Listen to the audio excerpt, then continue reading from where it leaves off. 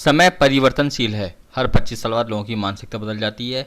समय व बदली हुई मानसिकता के साथ प्रत्येक व्यक्ति को सामाजिक कार्यों में अपना योगदान देना चाहिए।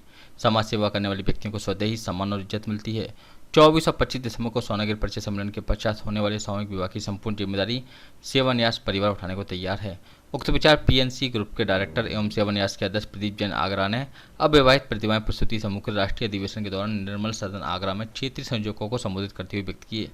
सर्वप्रथम एमडी जैन कॉलेज आगरा में चातुर्मास मुनि पुगम सुधा सागर महाराज एवं छिपीटोला में चातुर्मास मुनि श्री साक्ष्य सागर महाराज के चरणों में परिचय सम्मेलन के पोस्ट का विमोचन किया गया। कार्यक्रम का शुभारंभ पंडित ऋषभ शिवपुरी के मंगलाचरण से हुआ। चित्र अनावरण महेशचंद जैन सूरत एवं दीप प्रज्वलन Pradeep Jain PNC Agra, CA Kamlesh Jain Gurugram, CA Ajay Jain Delhi, Jagdish Prasad Jain संपादक, मनोज जैन कोटा आदि ने किया। समूह के संयोजक अजय जैन शिवपुरी ने संस्था की प्रगति रिपोर्ट का वाचन किया। जयसवाल जैन परिणय ऐप के रचनाकार रूपेश जैन दिल्ली ने परिणय ऐप के संदर्भ में विस्तृत विवेचना प्रस्तुत करते हुए उपस्थित क्षेत्रीय संयोजकों की शंकाओं का समाधान किया। छिपीटोला आगरा के उदयीमान नक्षत्र युवा गीतकार अखिलेश जैन ने शानदार काव्य पाठ की प्रस्तुति देकर सभी का मन मोह लिया। इस अवसर पर समूह के परम संरक्षक सीए कमलेश जैन ने कहा कि सभी क्षेत्रीय संयोजकों की लगन एवं मेहनत अवश्य ही समाज के लिए एक उदाहरण प्रस्तुत करेगी। आप सभी के दिल में समाज के लिए कुछ करने की ललक है, तभी आप सब यहाँ एकत्रित हुए हैं। आपको इस समाज हितैषी कार्य में महिलाओं को भी जोड़ना चाहिए। सरस्वती फाउंडेशन संस्थापक अध्यक्ष महेंद्र मधुबन ने कहा कि अविवाहित प्रतिभाएं में प्रस्तुति समूह एक छोटा सा पौधा था जो आज विशाल वट वृक्ष का रूप ले चुका है। मैं आपको विश्वास दिलाता हूं कि समाज हित में किए जा रहे कार्यों के लिए आपको किसी प्रकार की कोई दिक्कत नहीं आएगी। हम सभी तन मन धन से आपके साथ हैं। धरती से ही झूमे आसमान चल पड़े, आपको देखकर कह रहे हैं लोग, चौथे काल में भगवान चल पड़े, चौथे काल। और आज के विषय के संदर्भ में मैंने एक बहुत समय पहले कविता लिखी थी। मेरा मन था कि ये कविता मैं आपको सुनाऊं और आपसे विनम्र अनुरोध करता हूं कि इस कविता को, इसकी भावों को समझने का प्रयास कीजिएगा और आगे तक इस बात को पहुंचाइएगा। जो बच्चियां अपना घर छोड़कर बिना माता पिता की आज्ञा के, सुनो री बेटी, घर की देहरी मत लांघो, अपने कुल की मर्यादा को खूंटियों पर मत टांगो, अपने कुल की मर्यादा को खूंटियों पर मत टांगो। माना नया जमाना है पर दस्तूर वही पुराना है, माना नया जमाना है पर दस्तूर वही पुराना है।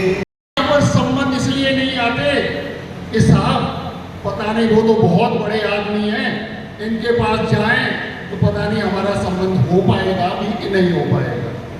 निम्न वर्ग के पास इसलिए नहीं आते कि भाई उनके पास तो ना अपना घर का मकान है, ना कुछ खाने पीने के बच्चे के लिए कुछ हो पाएगा कि नहीं हो पाएगा। मध्यम वर्ग बेचारा बीच में पिसता रहता है। वो सोचता है कि मैं अपने से बड़े के पास जाऊं या नीचे के पास जाऊं या छोटे के पास जाऊं।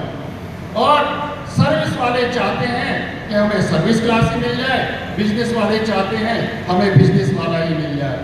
ये एक ऐसा माध्यम है जिसके थ्रू आपकी पसंद का चुनाव किया जा सकता है। आप अपने बच्चे का, बच्ची का सिलेक्शन करके, अगर आपके पास डाटा तैयार है तो सिलेक्शन करके, ये बहुत ही बढ़िया माध्यम है। एक भी संबंध नहीं आना, संबंध आना बंद, संबंध आना है। अब आप समझ लीजिए कि मानसिकता कहाँ से कहाँ पहुँच गई। अभी तो ध्यान से सुन लेना मेरी बात। हमारी समाज व्यापारिक समाज मानी जाती है। जैनों में 90% अगर समाज कोई व्यापारी समाज है तो जयपाल जैन उपरोचिया 90% व्यापारी समाज, 90%। चाहे छोटा व्यापार करे चाहे बड़ा व्यापार करे, लेकिन व्यापार करेगा, नौकरी नहीं करेगा। अब स्थितियां बदल रही हैं।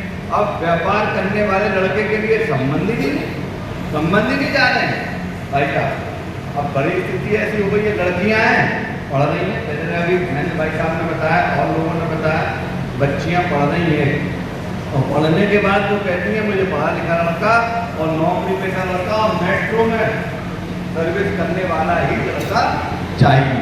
तो ये जड़ है जहाँ से शुरुआत होती है।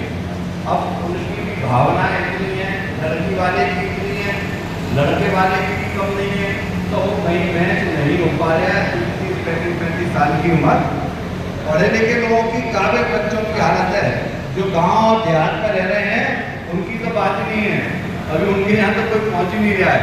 लेकिन पढ़े लिखे बच्चों का भी संबंध होने में कठिनाइयाँ हैं। नौकरी कर रहा है तो उसकी आने लगी है और व्यापार कर रहा है उससे ज़्यादा कमा रहा है तो कोई जाने को तैयार नहीं है। लेकिन अपनी मानसिकता को हमें बदलने की ज़रूरत है। अगर हमने मानसिकता नहीं बदली तो परेशानियां अपने आप हमारे समाज को बहुत ज़्यादा आने वाली हैं। समस्या बहुत बड़ी है लेकिन इतनी भी बड़ी नहीं है कि उसका समाधान न खोजा जा सके या काम करके उस पर काबू न किया जा सके। मानसिकता को बदलना है और मानसिकता बदलना कोई असंभव कार्य नहीं है। मानसिकता बदलनी पड़ेगी और मानसिकता बदलने के अलावा और कोई रास्ता हमारे पास नहीं है।